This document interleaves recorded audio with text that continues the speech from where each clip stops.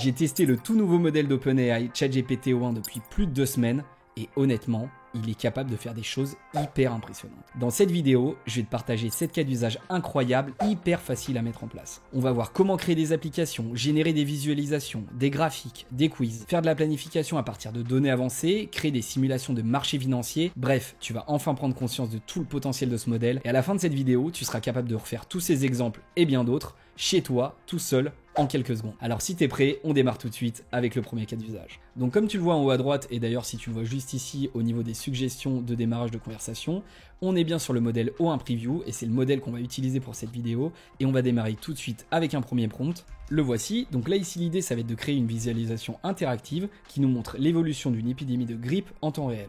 Pour ça, on va se servir de code, donc React, CSS, JavaScript et HTML. Et derrière, on a fourni un certain nombre d'instructions. Donc cette visualisation devra simuler la propagation d'une maladie à travers une population, avec différents paramètres réglables. On a rajouté un certain nombre d'instructions comme faire en sorte que l'utilisateur puisse ajuster ses paramètres via des curseurs et observer comment la population affectée évolue au fil du temps. On a donc besoin d'un graphique qui montre l'évolution des personnes infectées, on veut que la simulation soit réaliste, avec des échelles cohérentes, un design moderne fait avec un effet glaceomorphisme, et les changements dans la population doivent être visibles de façon claire pour que l'utilisateur puisse comprendre rapidement l'impact de ces réglages. Assure-toi de tout inclure dans un seul fichier HTML, tu vas voir c'est quelque chose d'assez important sinon ChatGPT a tendance à proposer le code en HTML, en CSS, en JavaScript. Si comme moi t'es un débutant et que tu sais pas coder, le mieux c'est de lui demander de faire ça, sinon il va te sortir le code en HTML, en CSS, etc. dans tous les langages et ça va être beaucoup plus difficile à mettre en place. Donc je te conseille cette petite astuce et utilise Babel pour que le navigateur puisse comprendre le code JSX directement. Ça c'est important parce que sinon il peut arriver que ça fonctionne pas parfaitement. Donc je crois qu'on est bon, on va lancer notre demande. Donc là comme tu le sais sans doute avec ChatGPT-o1 forcément ça va être beaucoup plus long en termes de temps de réflexion et de proposition de réponse. Donc là tu peux voir tout le détail du raisonnement, analyser les exigences, création du fichier index, etc. Donc là il nous propose le fichier index.html, donc il est en train d'écrire tout le code, on va voir, etc. Donc ça allait assez vite. Il nous donne les instructions, les remarques sur la simulation, à la limite peu importe. Moi ce qui m'intéresse c'est seulement le code, donc je vais remonter tout en haut, je vais cliquer ici pour copier le code, et derrière, une fois qu'on a le code, on a juste besoin de le publier, donc ça t'inquiète pas de panique, c'est très simple. Tu as plusieurs solutions. Soit tu utilises Visual Studio Code par exemple, c'est un éditeur de code classique, soit tu utilises carrément le bloc-notes, je vais te montrer on peut le faire carrément directement avec le bloc-notes de Windows, c'est hyper simple, ou alors tu utilises Replit, c'est une application que j'avais déjà utilisée dans une vidéo que j'avais faite sur Claude, et c'est aussi très simple. Là pour le coup, pour le premier on va utiliser le bloc-notes, tu vas voir c'est très basique, donc tu as juste à récupérer le code, donc je l'ai copié normalement, voilà c'est bon, tu ouvres ton bloc-notes, tu copies ton code comme ça, donc là tu récupères uniquement le code que ChatGPT t'a créé, t'as rien fait de plus, et derrière tu vas enregistrer simplement le bloc-notes, enregistrer sous, on va renommer le nom du fichier, donc on va mettre par exemple grip, on enregistre, et derrière on a juste à taper grip et à rechercher notre document, on clique ici, et voilà, ça s'est mis automatiquement dans Chrome. Donc là on a la simulation de grippe qui est déjà partie, c'est allé assez vite. Si tu regardes rapidement, donc là on a différents critères, le taux de transmission, taux de guérison et taux de mortalité.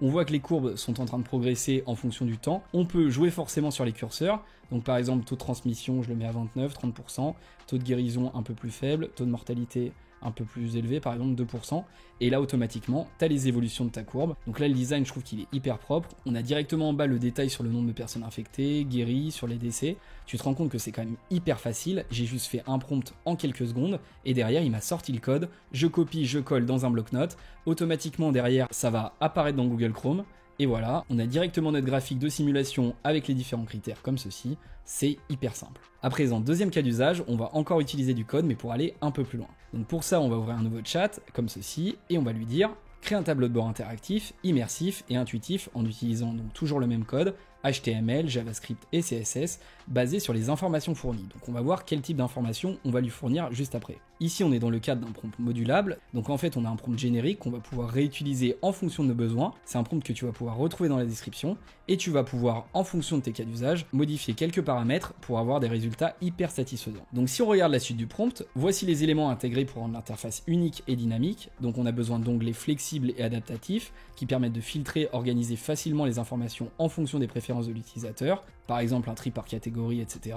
Un onglet avec un quiz évolutif, avec des questions qui sont plus ou moins dures en fonction de ce qu'on a répondu au préalable, des graphiques animés et interactifs, un design moderne avec un mode clair et sombre, et une fonctionnalité de résumé automatique à la fin de chaque session, affichant les progrès réalisés, des statistiques, etc. Le tout doit être toujours encore une fois combiné dans un fichier HTML unique, toujours pour pas avoir ce souci de code à la fin et que ça soit vraiment très simple, et on lui demande de nous fournir le code, et ensuite très important, et c'est ça qu'on va changer à chaque fois qu'on va utiliser ce prompt, on va lui dire voici les informations à inclure dans le tableau de bord, tu dois analyser le contenu et en faire ressortir uniquement le plus pertinent.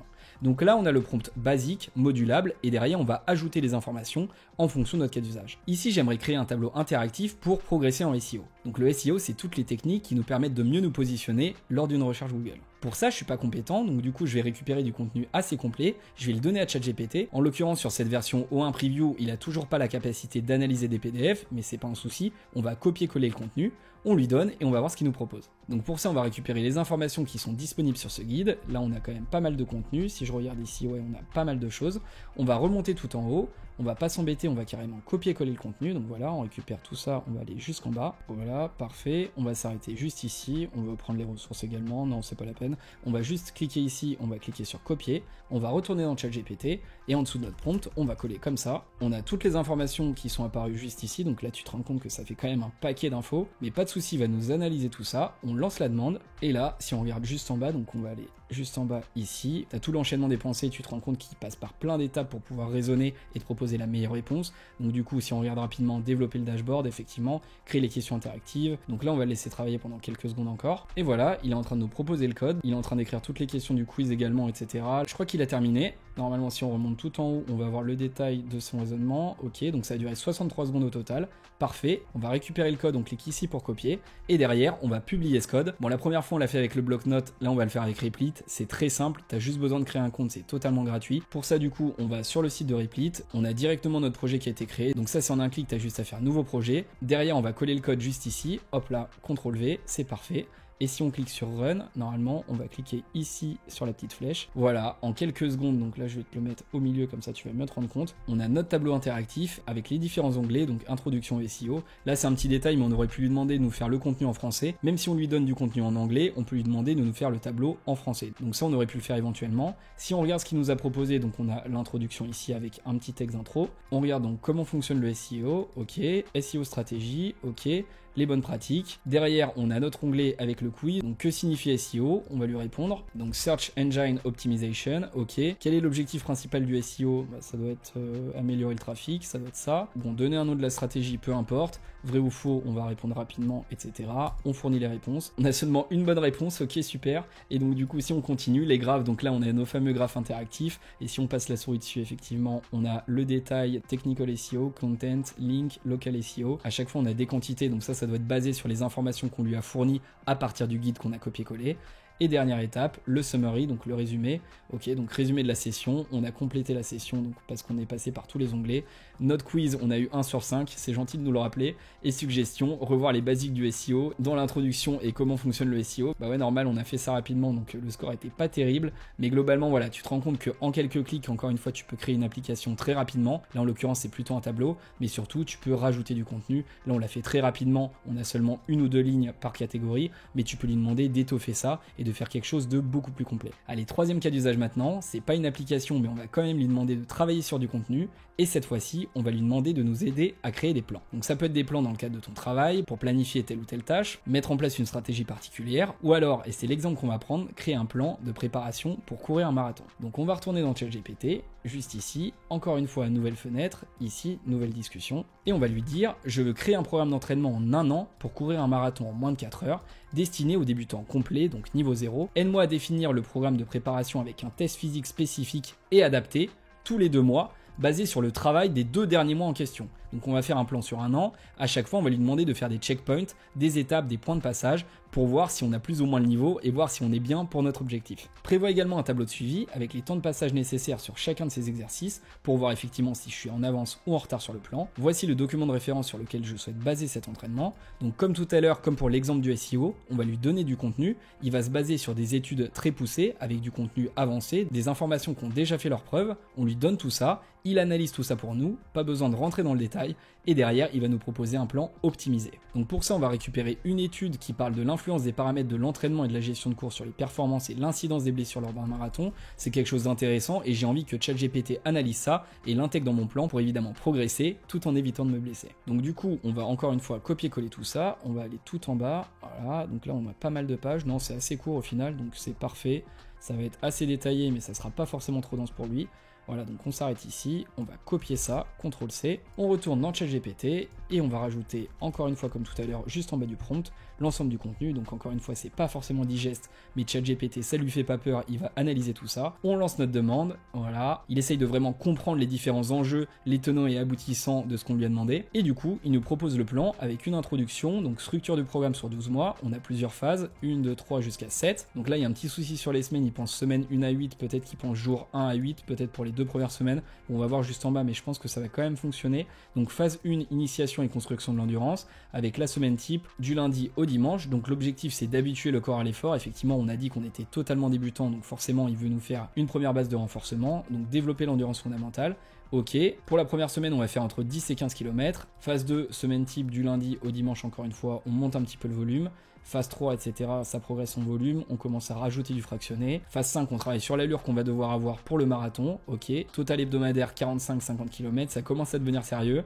Et si on continue, donc phase 6, affûtage et préparation finale. Phase 7, marathon. Et si on regarde, effectivement, on a les tests physiques tous les 2 mois. Donc test 1 à la fin du mois 2, test 2 à la fin du mois 4. Donc j'ai l'impression qu'il a recalé tout ça en termes de planning, au final il a compris. Et donc les différents tests qui sont mis juste ici dans notre tableau, avec au début un test de Cooper. Donc ça je crois que c'est effectivement, ouais, voilà, c'est ça, c'est 12 minutes pour courir la plus grande distance possible. Donc ça idéalement, il faudrait être capable de faire 2000 mètres en 12 minutes à la fin du 2e mois. Test VMA qui dure 6 minutes, ok. Au bout du mois 6, on doit faire 5 km. Et au bout d'un an, le mois 12, on doit courir le marathon en moins de 4 heures. Là, tu as directement le petit tableau, tu peux noter ta performance, voir quel est l'écart par rapport à ce que tu devais faire et voir si ça va le faire ou si ça va être chaud pour les 4 heures. Nouveau cas d'usage maintenant, donc ça va pas être un prompt à proprement parler, mais ça va plutôt être une relance. Donc du coup, pour ça, on va récupérer notre discussion sur la partie course à pied et plan d'entraînement marathon. Et à la suite de cette discussion, on va juste dire à ChatGPT, peux-tu m'expliquer pourquoi tu as choisi cette approche et m'indiquer la démarche que je pourrais suivre la prochaine fois pour construire un plan d'entraînement par moi-même. J'aimerais avoir une explication claire et durable sur les raisons pour lesquelles ça fonctionne. Donc ça, en l'occurrence, on l'a adapté au contexte d'un plan d'entraînement pour un marathon, mais tu te rends compte que c'est encore une fois potentiellement un prompt modulable, et à la place de mettre plan d'entraînement, tu pourrais mettre plan stratégique, plan marketing, ou n'importe quel autre type de planification d'ailleurs. C'est globalement une technique hyper intéressante, surtout à utiliser avec ChatGPT O1, parce qu'il a un raisonnement assez poussé, et derrière, toi, avec ce prompt-là, ça te permet de décrypter son raisonnement, même si évidemment tu as déjà accès à une partie quand il prépare ses réponses. Là, tu vas avoir tout le raisonnement détaillé, mais surtout là, il va t'expliquer comment remettre tout ça en place, toi tout seul, de ton côté. Donc on va lancer la demande, ici, voilà, on va attendre quelques secondes, et voilà, donc là ça a pris seulement 13 secondes, et si on regarde, on a plusieurs parties, donc 1, explication de l'approche choisie, ensuite en dessous, on a la démarche pour construire notre plan d'entraînement, donc c'est ça qui va nous intéresser. Ok, parfait, donc là on a tout le détail. Ensuite, pourquoi l'approche fonctionne, et enfin, une petite conclusion avec le résumé. Donc si on regarde rapidement, on va pas tout lire dans le détail. Si tu veux, je vais le passer rapidement et tu pourras mettre une pause dessus pour regarder l'ensemble de la réflexion. Mais globalement, il va nous expliquer avec des termes très simples ce qu'il a analysé dans le PDF qu'on lui a fourni, avec l'ensemble des informations sur la vitesse, sur les blessures, etc. Ensuite, la démarche pour qu'on soit autonome pour créer le plan, avec les différentes étapes. Et si on continue, il justifie l'approche. Et ça, c'est des choses sur lesquelles il a raisonné juste en haut. Si tu peux regarder juste ici, il a réfléchi sur l'impact, il s'est assuré que les informations qu'il nous a fournies étaient vraiment bonnes, il a vraiment challengé le contenu, et derrière, il était sûr et certain que c'était la meilleure information à nous partager, et c'est pour ça que tu arrives en seulement 13 secondes à un plan hyper abouti. Allez, 5e cas d'usage, cette fois-ci on va repartir sur la création d'une application très classique, une application météo, on va faire en sorte qu'elle soit jolie et fonctionnelle. C'est quelque chose que j'ai vu sur Twitter et ça a l'air de plutôt bien fonctionner, donc on va tester tout ça. Mais avant ça, si tous les cas d'usage qu'on a vus jusqu'à présent te plaisent, tu peux liker la vidéo, et surtout tu peux t'abonner à la chaîne pour pas rater le prochain contenu, parce que je vais continuer à proposer d'autres vidéos dans les prochaines semaines sur ChatGPT, sur d'autres outils, avec quand même principalement un focus sur ChatGPT parce que c'est la technologie du moment, et surtout je vais te sortir quelque chose très prochainement si tu veux approfondir tous ces sujets, ce sera le 20 octobre, alors reste connecté. Donc c'est parti, on va créer notre application météo, nouveau cas d'usage, nouveau chat, et donc voici notre prompt, créer une application météo en HTML, CSS et JavaScript comme d'habitude, tout dans le même code pour pas avoir d'erreur. Au niveau du fond, on va utiliser un gradient, donc pour avoir un design assez moderne. On lui a donné des informations sur les différentes couleurs, donc avec des codes couleurs pour le background, pour les images, le gradient, etc. Donc on va pas rentrer dans le détail. Au niveau du design, on veut quelque chose de moderne et joli. On veut des icônes pour représenter les conditions météorologiques. Donc après, on a du détail pour que ça réponde aux différentes tailles d'écran, pour que ce soit lisible sur mobile. ville. On veut également une prévision à 7 jours, on veut avoir le vent et la probabilité de pluie. Et important, mais c'est des choses qu'on aurait pu faire. Ici, on va faire quelque chose de simple et on va lui demander d'inventer les informations sur la météo. On va pas lui demander de se connecter directement à une base météo, mais on aurait pu le faire à travers une API. Là, on va rester sur quelque chose d'assez basique, donc on va lui préciser cette information. Mais la prochaine fois, si tu veux, on pourra le faire en connectant avec une API. Si ça t'intéresse, dis-moi ça dans les commentaires et on pourra faire des choses beaucoup plus avancées. Au niveau du reste des informations, c'est très basique. Présente les informations météo de manière claire et attrayante. C'est toujours bien de lui préciser pour être sûr que ce soit ergonomique. Et derrière, permet à l'utilisateur de saisir le nom d'une ville pour afficher les données météo. On lance notre demande, on clique ici, et voilà, le code est en train de sortir, c'est parfait. Derrière, on a les instructions et les fonctionnalités, encore une fois, peu importe, on copie le code, on retourne dans Replit, on va effacer le code de l'application précédente, le remplacer par le nouveau code, on clique ici pour rafraîchir la page, et voilà, on a notre application. Donc là, on a un petit souci en termes d'accessibilité, on aurait peut-être dû mettre du texte plutôt en blanc, mais ça, c'est des choses que tu peux lui demander avec des relances. On va juste tester l'application rapidement. Si je lui mets par exemple la ville de Lyon, je clique sur Entrée et c'est parfait. J'ai toutes les informations, l'icône pour le temps, la température, le vent, la probabilité de pluie. J'ai tout le détail pour les 7 prochains jours. Donc là, on pourrait lui demander d'optimiser un peu tout ça pour avoir un design un peu plus ergonomique, mais on est quand même déjà très bien, surtout avec un seul prompt. Si on teste comme ça, on voit que ça évolue pas forcément. Donc ça, encore une fois, c'est des choses qu'on pourrait corriger, mais c'est quand même déjà hyper impressionnant. Et juste si on teste rapidement un changement de ville, avec Paris, ça marche tout aussi bien. Donc là, pour le coup, on va avoir de la neige à Paris avec 22 degrés. Bon, il y a quelques modifications à faire en termes de logique. Si tu connectes tout ça par API, évidemment, il y aurait plus de problèmes. Tu aurais les vraies informations. Mais quand même, en un seul prompt, avoir ce niveau de design, je trouve que c'est vraiment bluffant. Avant-dernier cas d'usage maintenant, on va créer une application de productivité. Et tu vas voir, on va demander à ChatGPT de nous aider pour formuler la demande. Bientôt, à ce rythme, on n'aura plus besoin de rien faire. C'est parti, nouveau chat, et ici le premier prompt il va être hyper basique, on va lui demander comme d'habitude de créer un outil de gestion de tâches en ligne, avec le code HTML, CSS et JavaScript tout dans le même code, on récupère des éléments de design qui ont été intéressants dans les précédentes applications, on perd pas plus de temps, on lance la demande, bon là il va travailler sur une première application, mais tu vas voir ça va être la relance qui va être intéressante. Le code est prêt, on copie le code, on retourne dans Replit, on remplace le code de tout à l'heure de l'application météo, on colle notre nouveau code, on va aller très vite, on rafraîchit la page pour avoir la nouvelle application, et voilà, on a notre application de gestion des tâches, on va tester une nouvelle tâche, construire le plan marketing Q4, on ajoute, et voilà, on a notre tâche ici, on peut rajouter contacter le designer, une deuxième tâche, ok, ça a l'air de fonctionner, et si on clique sur terminer, ça disparaît tout simplement. Donc voilà, en un prompt hyper basique, on a créé une application, mais qui est quand même assez standard. Là, l'idée, ça va être de demander à ChatGPT de nous aider à améliorer ce prompt et étoffer notre application, sans pour autant qu'on ait d'inspiration. ChatGPT peut nous aider, et tu vas voir, c'est hyper efficace. On retourne donc dans la discussion, voilà, on passe à la suite ici en prompt de relance, et on va lui dire basiquement, j'aimerais améliorer ce prompt et avoir des idées de fonctionnalités utiles et faciles à mettre en place, aide-moi. On lance notre demande, et on va tout simplement remonter tout en haut de la demande, on va modifier notre prompt ici, on va récupérer exactement les mêmes éléments de départ, sauf que au-dessus du prompt, on va rajouter en haut, comme ça, tac, j'aimerais améliorer ce prompt et avoir des idées de fonctionnalités utiles et faciles à mettre en place. Aide-moi. Voilà, on clique sur envoyer la nouvelle demande, et donc là, normalement, il va pas nous proposer de code, mais il va nous proposer un prompt hyper efficace qu'on va lui redonner derrière pour nous proposer une application beaucoup plus aboutie. Donc là, on a un prompt très détaillé, on va le récupérer comme ça juste ici, voilà, donc là, ça s'arrête ici, parfait.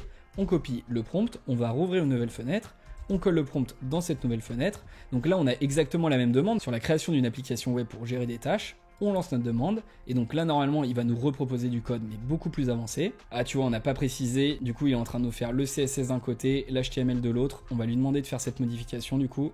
Donc voilà, je vais lui dire écris tout dans le même code HTML, je lance la demande, et voilà, il nous ressort le code, c'est parfait. On copie tout ça, on retourne dans l'éditeur de code, encore une fois, on remplace le code par notre nouveau code, on met à jour, et voilà, on a notre nouvelle application avec un mode sombre et un mode clair. Donc tu vois que ça, c'est des options qui ont été rajoutées automatiquement par ChatGPT. Si on ajoute une tâche comme ça, on a un pop-up avec beaucoup plus de détails, on peut renseigner davantage d'informations. Donc plan stratégique 2025, en description on va mettre ce plan a pour objectif de définir la stratégie de l'entreprise sur l'année à venir, priorité élevée, date d'échéance 20 décembre 2024 du coup, et assigné à Maxime, c'est parfait, on enregistre, et voilà, donc on a notre nouvelle tâche avec beaucoup plus de détails, On peut supprimer la tâche ici, ou également, j'ai l'impression qu'on peut la modifier, voilà, en cliquant ici.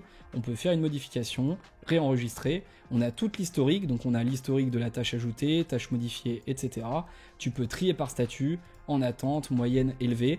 Donc au niveau du design, on pourrait faire peut-être un peu mieux, mais le mode clair et le mode sombre fonctionnent parfaitement. Et surtout, tu te rends compte qu'avec une seule relance, ChatGPT a rajouté de lui-même plein de fonctionnalités. On est parti d'une application basique à quelque chose de beaucoup plus avancé en quelques secondes. Dernier cas d'usage, et ça va être super rapide. Là, à la fin de cette vidéo, on veut vraiment faire du très efficace. On va récupérer la discussion, récupérer toute la structure de travail de ChatGPT et juste modifier le thème de l'application. Tu vas avoir ces résultats immédiats. On reprend notre fenêtre de discussion juste ici. On va aller quand même tout en bas, voilà. Et là, l'idée, ça va être de construire un simulateur de marché financier. Pour ça, on va pas s'embêter à lui donner plein de détails. On veut que ChatGPT récupère toute l'architecture, si c'est pertinent, de ce qu'il a déjà construit. J'ai pas envie de perdre de temps à construire des prompts compliqués et j'ai envie qu'il me propose une application rapidement. Du coup, je vais simplement lui dire, fais la même chose maintenant, mais pour une simulation du S&P 500, donc qui est l'indice boursier américain principal, afin de visualiser les fluctuations de prix sur ces marchés boursiers et la variation d'un portefeuille avec des facteurs dynamiques. Évidemment, il faut qu'on lui donne des données, donc pour ça, on va lui rajouter voici des données pour t'aider. Si tu en manques, invente-en des crédibles. Et au niveau des données, on va aller chercher des informations. Donc du coup, on va aller récupérer les informations du S&P 500. On va reprendre ce tableau. Voilà, c'est parfait. On va aller juste en bas comme ça. On copie le contenu, on retourne dans ChatGPT et on va coller le contenu juste ici, juste en dessous. C'est parfait. On a tout le tableau.